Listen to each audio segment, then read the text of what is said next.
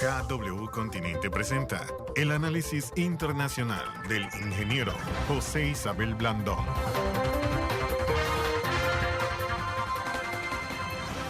Muy buenos días, Panamá. Hoy es el martes 7 de enero, un día en que empezamos, bueno, con los ojos puestos todavía en la situación del Medio Oriente. Está definiéndose el gobierno de España. Pedro Sánchez, pues parece ser que se mantendrá como presidente del Reino Español. Don José. Buenos días, Fernando. Bueno, además de la ópera bufa que está pasando en Venezuela, que yo creo que ya es como la gota que rebosa el vaso de la incapacidad política y del poco talante de sus miembros. Puedes reír, pero Venezuela llora. Sí. Ahora le cuento. Buenos días, Fernando. Buenos días a toda nuestra audiencia en la radio y en la televisión. Tal como usted lo dice. Hace unos minutos comenzó Pedro Sánchez exactamente a las 6:12 hora de Madrid a dar sus 10 minutos de intervención. Ya terminó. Ahora la oposición responde y exactamente en este momento arranca el proceso de votación. De investidura, que es lo que... De investidura, en la que esta va a ser la votación más cerrada de la historia del gobierno español. Según los cálculos, si todo sale como está planeado, debe ser 167 sí y 165 no. Wow. Así que hay presión incluso contra diputados del PSOE. El PSOE, en su portavoz, cuando entró, dice que va a denunciar las presiones que han puesto sobre sus diputados, porque si votan por Sánchez, lo que le puede pasar. Incluso el PSOE anoche dio instrucciones a sus diputados que durmieran en Madrid, para que nadie llegara tarde. Sí. Usted que conoce en España, hice para Barcelona. Bueno, además que el Congreso tiene, yo creo que el área lo más difícil es encontrar parking en esa área del... Sí, eso está por ahí por la Plaza Cibeles. Un poquito más a la izquierda. Un poquito más adelantito ahí. Pero ahí, en esa área, eso está siempre lleno de gente. Y ahí están los Vidajenas. Sí, ahí están los dos leones que se llaman Torrente uno y el otro se llama, que es el nombre de los escultores que lo hicieron. Le pusieron el nombre a los dos leones que cuidan la entrada del Palacio de Congreso de España. Al frente hay un hotel de gran lujo. 5 estrellas. 5 estrellas. Bien, todo lo que conocemos de Madrid sabemos que es un área de importancia política. Bueno, no, y hoy política ahí también, porque el barrio es bastante movido ahí. Uno va hacia la Plaza de Santana, que es la que está al final de la calle, y es un área de teatros y de estar... Por eso es que es tan difícil conseguir estacionamiento por ahí, así que... Es un área de movimiento. De movimiento, exactamente. Le estaremos dando en el transcurso, si tenemos tiempo, si nosotros lo damos mañana, va a ser una votación cerrada. Incluso hay gente que va a votar en blanco, pero estará disponible en caso que necesiten su voto. Mire cómo está esa votación. Así está España. Y así está España. Así está España. Eso es lo que quería decirle. Es una España dividida entre dirigentes que no entienden que no es la preocupación política de su país, de su gente partidaria, sino de España. Lo que está en juego es el reino de España. Esto es lo que está en juego. Bien, esto está ocurriendo en este momento, está en el proceso de votación, se lo estaremos informando. Algunas otras cosas que están pasando, digamos, con mayor impacto y preocupación. Lo que está pasando entre la tensión increciendo entre Estados Unidos e Irán, que ha tenido otras connotaciones que se la cuento ahorita. Pero quisiera decirle, usted que nos sigue y ve este problema histórico, y quiero que usted le preste atención a esto. Ayer sucedieron cosas que verdaderamente le llenan, hay una luz de esperanza en la vida. Fíjese, cuando el presidente de los Estados Unidos anunció que tenía 52 sitios seleccionados para bombardear a Irán, y dentro de ellos habían sitios históricos de gran importancia para Irán. Creo que el presidente de los Estados Unidos no comprendió la magnitud de lo que estaba diciendo y el grave error de lo que estaba haciendo. A raíz de esa declaración que tuiteó el sábado, se ha generado toda una polémica en los Estados Unidos, porque gran parte de Fernando de la Segunda Guerra Mundial que hizo el fascismo, una de las cosas más horribles que hizo fue el saqueo precisamente de las obras de arte y la destrucción de monumentos históricos de Europa, que fueron destruidos Destruido. salvajemente. Y se robaron obras de arte que después fueron recuperadas cuando En una mina de sal. ¿sí? Y en la casa de Hermann Goering. Sí. Entonces, donde estaban escondidas. es precisamente el fascismo en su máxima expresión la que hace esas cosas. Sí. Incluso fíjese, en las confrontaciones que Israel ha tenido con los estados árabes, en ningún momento Israel se ha dedicado a bombardear sitios sagrados para los musulmanes. Y los Estados Unidos es signatario de 1945 Bueno, ayer UNESCO le escribió eso. ¿sí? De la convención precisamente para la protección De monumentos de históricos. monumentos de valor histórico. Aunque los Estados Unidos se salió de la UNESCO, ese tratado lo firmó los Estados Unidos. Y para que tenga usted una idea, Fernando, porque mucha gente cuando usted habla de Irán tiene que saber de qué está hablando. Le quiero leer de dos cosas, de los grandes monumentos que hay en Irán. Irán no es un país, Irán es más viejo que los Estados Unidos. No, pero estamos hablando de un país que es uno de los más viejos del mundo. Sí. Es decir, el área Fíjese de los grandes monumentos que hay. Las Pasargadas, que es esta ciudad es considerada la cuna del imperio persa. Y fue la capital del imperio.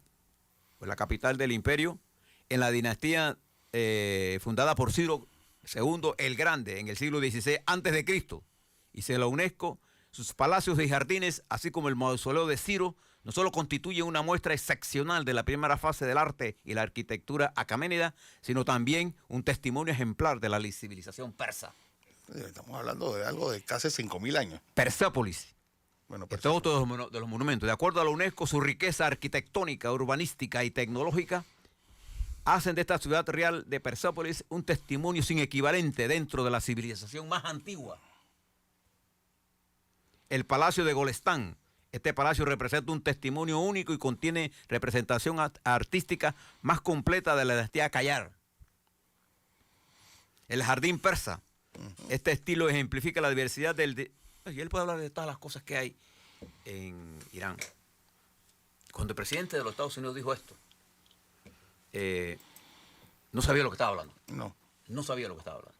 Y afortunadamente para los Estados Unidos, el secretario de Defensa de los Estados Unidos, el señor Mark Esper, dijo ayer que los Estados Unidos bajo ninguna circunstancia bombardearía sitios culturales. Hombre, yo creo que es muy Pero sensato. con mucha más firmeza, los altos mandos militares de los Estados Unidos dijeron que ellos no obedecerían una orden de esa naturaleza. Una locura como esa. Y esto tiene que ver mucho porque dentro de la cultura militar norteamericana, los Estados Unidos nunca ha tenido sus guerras, su guerra civil, pero nunca ha sido objeto de desarrollo de una guerra en su territorio y ojalá nunca sea, ¿no? Pero sí participó tanto en la Primera como en la Segunda Guerra Mundial y sobre todo particularmente en la Segunda Guerra Mundial y bajo la dirección del mando de conjunto del general Eisenhower. Ellos fueron testigos, los militares, del destrozo que el fascismo hizo, ¿no? De Europa. De Europa. No solamente de Europa, en Grecia, No, y todo, es decir, toda la herencia española y el casco antiguo, para decirlo pues, de forma para que nos comprendan, todo el casco antiguo de Manila, que era una ciudad totalmente española encallada en el Pacífico, se destruyó, se arrasó. Arrasada. Sí, después de Varsovia, Manila es la ciudad más destruida. Y en China y en Rusia. Y en Rusia. Rusia, o sea, la destrucción, y eso llevó a esta convención. Bueno, para que unos salvajes como ellos incluso respetaron la casa de León Tolstoy. Ahí fue donde durmieron en Smolensk cuando íbamos hacia Moscú. ¿Y por qué yo le hablo de esto? Porque cuando usted dice una cosa como esta, usted lo que está incitando es a la violencia. Y nosotros, por ejemplo, como occidentales, nosotros reconocemos el derecho que tiene el pueblo musulmán a vivir en paz. Igual que reconocemos el derecho que tiene Israel a existir como Estado soberano en su territorio, igual que tiene Palestina. Pero lo que no podemos nosotros aceptar es que, producto de una confrontación de esta naturaleza, se utilice estos criterios en la que tú amenazas a los países y vamos a destruir tus sitios históricos. Eso nunca se había dado por parte de un presidente de los Estados Unidos. Sí. Pero afortunadamente le señaló, me gustó la posición del secretario de Defensa de los Estados Unidos y de los militares norteamericanos. Y ayer también se celebró en Irán en una multitudinaria ceremonia de despedida al general Soleimani, que fue el asesinado por los Estados Unidos ahí en el aeropuerto de Bagdad, cerca del aeropuerto de Bagdad, con la asistencia de más de 5.000 a 6 millones de iraníes en las calles. Hoy es el entierro oficial en su territorio. El discurso de su hija fue una alegoría a la venganza. Pero además de eso, ha habido intercambios diplomáticos con Irán, con los Estados Unidos, conversaciones de los ministros de Relaciones Exteriores, presidentes, buscando un entendimiento. La OTAN ha expresado su preocupación sobre esto. Hay una tensión global en Irán. Y no tengo la menor duda, conociendo la idiosincrasia y la historia de Irán, que ese es un pueblo que va a preparar su venganza, porque la venganza es parte de la cultura. Sí, para que entendamos la magnitud de lo que es ese área, en el estrecho de Hormuz sale 1 de cada 5 barriles de petróleo que se consume en el mundo. Y eso es un estrecho a la que Irán tiene acceso por cualquier vía.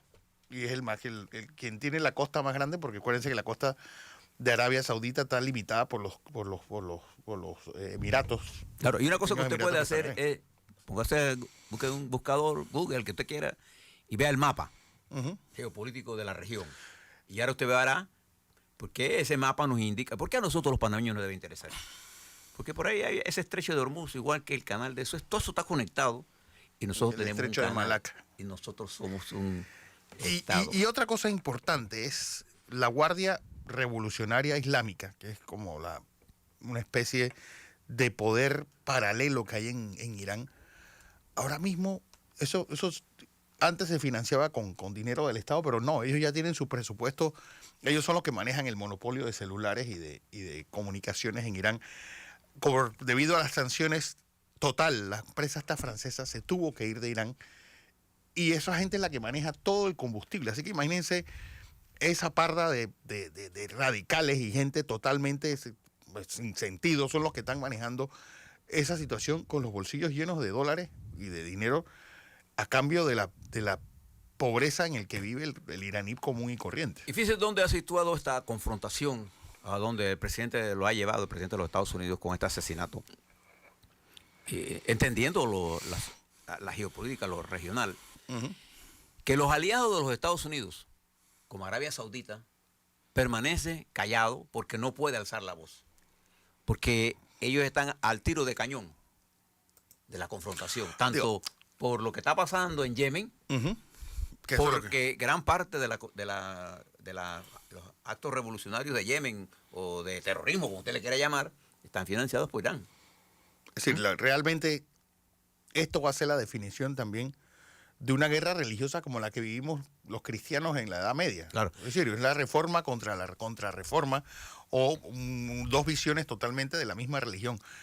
Recuérdense que el sunismo, que es lo que exporta Arabia Saudita, representa el 70% de los 1.200 millones de musulmanes que viven en el mundo, pero hay otros 400 millones que son chiíes, que tienen a Irán como si fuera su Vaticano.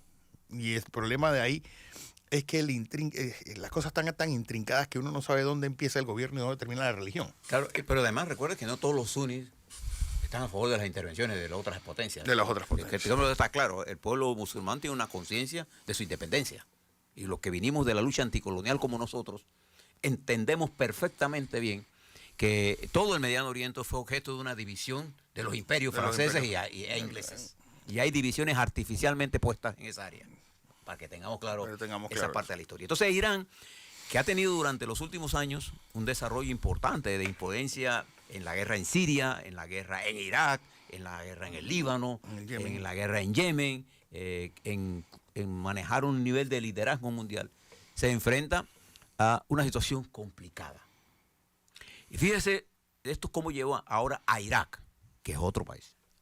El Parlamento iraquí pidió una cosa que todavía no está muy clara, de que las tropas extranjeras salieran de allí. Por un error, se filtra el Departamento de Defensa le entrega una carta al primer ministro saliente de Irak, en la que en el borrador le dice que sí, que están dispuestos a salir. La carta no estaba firmada según el Departamento de Defensa de los Estados Unidos y el Pentágono, y ayer mismo el Pentágono dice, nosotros no vamos a salir de aquí. O sea, todavía esto no está decidido. Sin embargo, el movimiento antinorteamericano en Irak, impulsado por las grandes preocupaciones, dolor que el pueblo iraquí tuvo por aquella intervención que hizo el presidente Bush en Irak, que el propio presidente Trump dijo, se utilizó una mentira para invadir a Irak. ¿Cuál fue la mentira? Que Saddam Hussein tenía armas de destrucción masiva. Bueno, pero eso siempre ha sido, la invasión de los romanos a Cartago fue también en base a una mentira igual a esa. Es decir, estamos hablando de cosas que hacen los imperios para ya satisfacerse sus... Y encuentra usted una Siria incrementando su actividad militar en algunas regiones. Alepo, por ejemplo, sí, barriendo Alepo. ¿Cuál es el peligro ahora de la región? Que independientemente que la confrontación Irán-Estados Unidos es el resurgimiento del Estado Islámico. Porque todo esto le da gasolina a los radicales. Y yo creo que estamos frente a una situación grave. ¿Y por qué nos debe preocupar esto? Porque mientras esto está ocurriendo, mire cómo se está comportando el precio del petróleo y el precio del oro. El oro. El oro ayer como commodity de alto nivel de apreciación subió a 1.565 la onza. Un récord histórico. Y el petróleo se disparó, el petróleo West Texas, está rozando los 70, el Brent ya está rozando los $70 y el West Texas está rozando los 66. Y eso nos afecta a nosotros. Bueno, nos afecta y no olvidemos, porque yo creo que nosotros estamos olvidando que la cotización del oro es algo que todos los políticos panameños, sobre todo el ministro de Comercio y el ministro de Economía y Finanzas deben tener siempre en la cabeza. Nosotros estamos exportando una cantidad interesante de oro. Y cobre, molibdeno. Cobre y molibdeno, pero ahora la escalada la tiene el oro, más que el cobre. Pero ambas están en 1.568,60 la onza. Pero terminó ayer con 1.575, ya lleva... No, ya estuvo los topes los tuvo ayer cotizando a 1.579. Es decir, $10 más la onza. ¿Por qué es importante que usted vea esto? Porque nosotros ahora somos productores de cobre, de oro y molibdeno.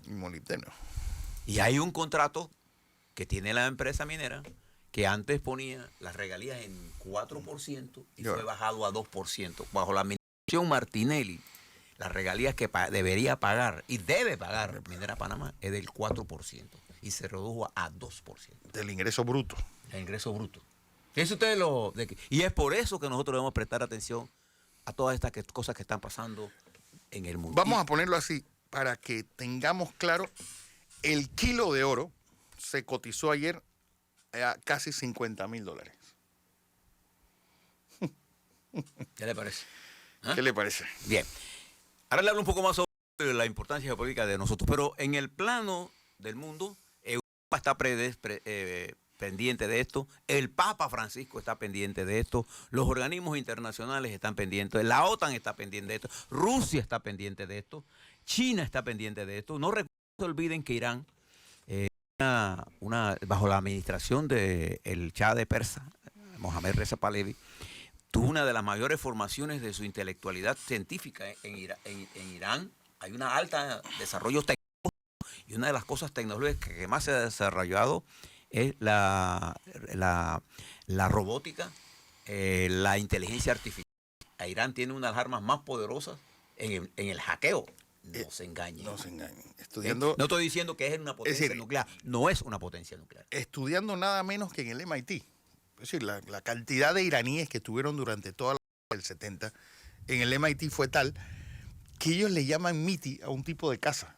Porque la diseñaron, imagínense usted, en el Massachusetts Institute of Technology. Y yo, como ciudadano de este planeta, no estoy, ni creo que ni Fernando, ni ninguno, nosotros aquí está por la guerra. Nosotros estamos que eso se resuelva por la vía de la negociación, de la búsqueda de una solución. Fíjese que el presidente Trump, cuando se salió del tratado de nuclear con Irán. Dijo, lo que pasa es que ese tratado en 15 años no lo va a seguir. Bueno, en 5 años de administración de ese tratado, bajo la dirección del presidente Trump, Irán se salió del tratado por las decisiones del presidente Trump.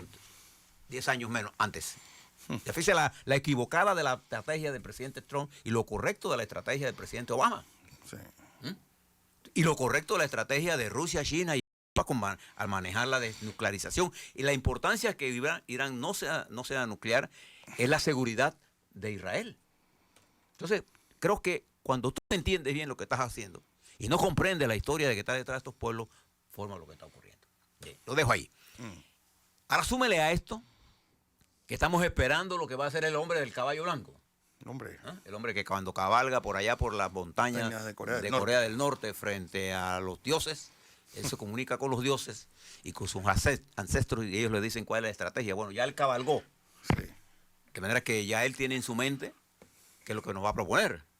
Y nosotros apostamos, rogamos más que nada, a que no apueste a la guerra. Pero si él apuesta a lanzar un misil, métale entonces ahora esta nueva variante y ya tendrá usted un nuevo nivel de incertidumbre global. Europa está preocupada por lo que está pasando en España. Fíjese que todavía ya dejamos de hablar de Inglaterra, pero dentro de unas semanas Inglaterra volverá al primer plano cuando anuncie su retiro el Brexit, ¿no? de la Unión el Brexit. Y nosotros tenemos que mirar esto con cuidado. Si nos volvemos a nuestro continente, mire lo que está pasando en nuestros amigos Venezuela.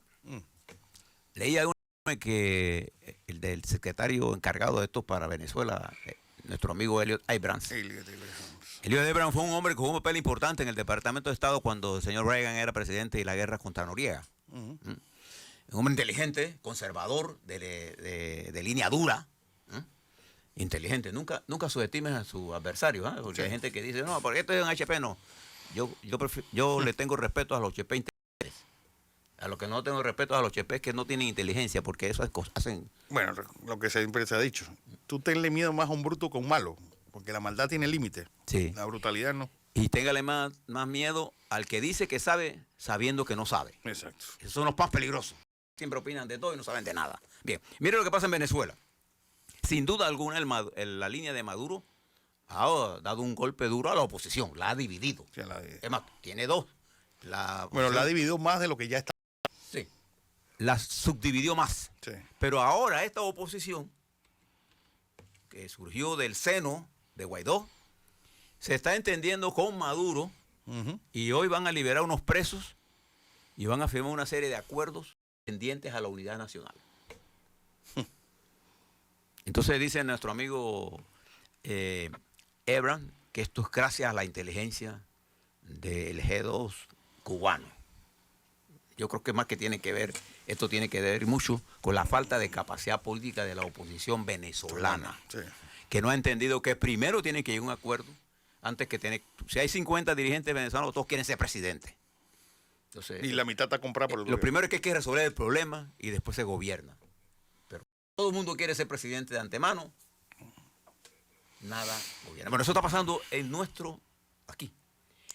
En nuestro país cercano, que es Colombia, la situación sigue siendo complicada para ellos y como consecuencia para nosotros. Cuando yo oigo hablar aquí en Panamá de que nosotros nos vanagloriamos porque capturamos 87, 80, 70 toneladas de droga, yo quisiera decirle a los panameños en general y a los miembros del gobierno que eso representa apenas el 2 o 3% de la droga que pasa por el país. Eso lo único que revela es el volumen de droga que está pasando por nuestro territorio y es por eso que la droga se ha convertido en un problema, porque una parte de esa droga se queda aquí, que no es capturada. Y algunas de esas capturas son preprogramadas por los propios carteles. Para que estén claros. Entonces a mí no me preocupa que capturen droga. Ah, sí, hay que capturar droga, sí. Pero eso no debe ser nuestra estrategia. Nuestra estrategia debe ser estabilizar a Colombia para que Colombia baje los niveles de producción de droga. Colombia hoy produce 2 veces y media más droga que hace 10 años. Para que quede claro. Y ese volumen de droga, con las facilidades que tiene Panamá, Panamá es un paso obligado. Entonces, eso es un país a la que nosotros tenemos que prestarle atención. Y mire lo que dio nuestro amigo Bolsonaro, su amigo. Dice Bolsonaro ayer en un ataque directo a los periodistas. Los periodistas es una especie en extinción. ¿Mm? Nada más que saben mentir. Oh. En este ataque nuevo del presidente Bolsonaro, él quiere ser como Trump. Entonces yo le voy a decir al presidente Bolsonaro que se lea las últimas informaciones del presidente Trump. En las últimas 2 semanas el presidente Trump ha dicho 97 mentiras. Oh. 97 mentiras. Antes de los Estados Unidos, usted decía que el presidente no mentía. El presidente no mentía. Bueno, para que usted vea. Entonces, los fake news, los periódicos, los periodistas, tienen que hacer un autoexamen y vamos a ser objeto de ataques por todos lados. Pero siempre al final se impone la verdad, de una u otra forma. Aquí el expresidente Varela nos tuvo a todos utilizando medios de comunicación para formar una matriz de información falsa en la que llevó a la ruina al país. Mientras se robaban hasta la silla. Entonces, esto, literalmente, nosotros estamos impregnados de esto. Ya es hora de que le prestemos menos atención a los charlatanes y veamos lo que está ocurriendo en el mundo. Porque frente a este escenario de guerras que le estoy contando, nosotros, como país marítimo, como potencia marítima que somos nosotros en Panamá, tenemos una gran perspectiva en el desarrollo de este país. Pero yo no veo a los políticos panameños. ¿Usted ha visto a los diputados nosotros hablando del canal de Panamá? No, hablan de dos países. Bien, voy a cortar aquí. Pero ahora a la vuelta de Panamá le voy a hablar sobre lo que está pasando en la ACP por la falta de agua. Y por qué para nosotros, para el mundo, los ojos están puestos en Panamá en esta lucha geopolítica que se va a dar en el Estrecho de Hormuz y en el canal de Suez, el principal competidor del canal de Panamá. A la vuelta, Panamá. A la vuelta, vamos.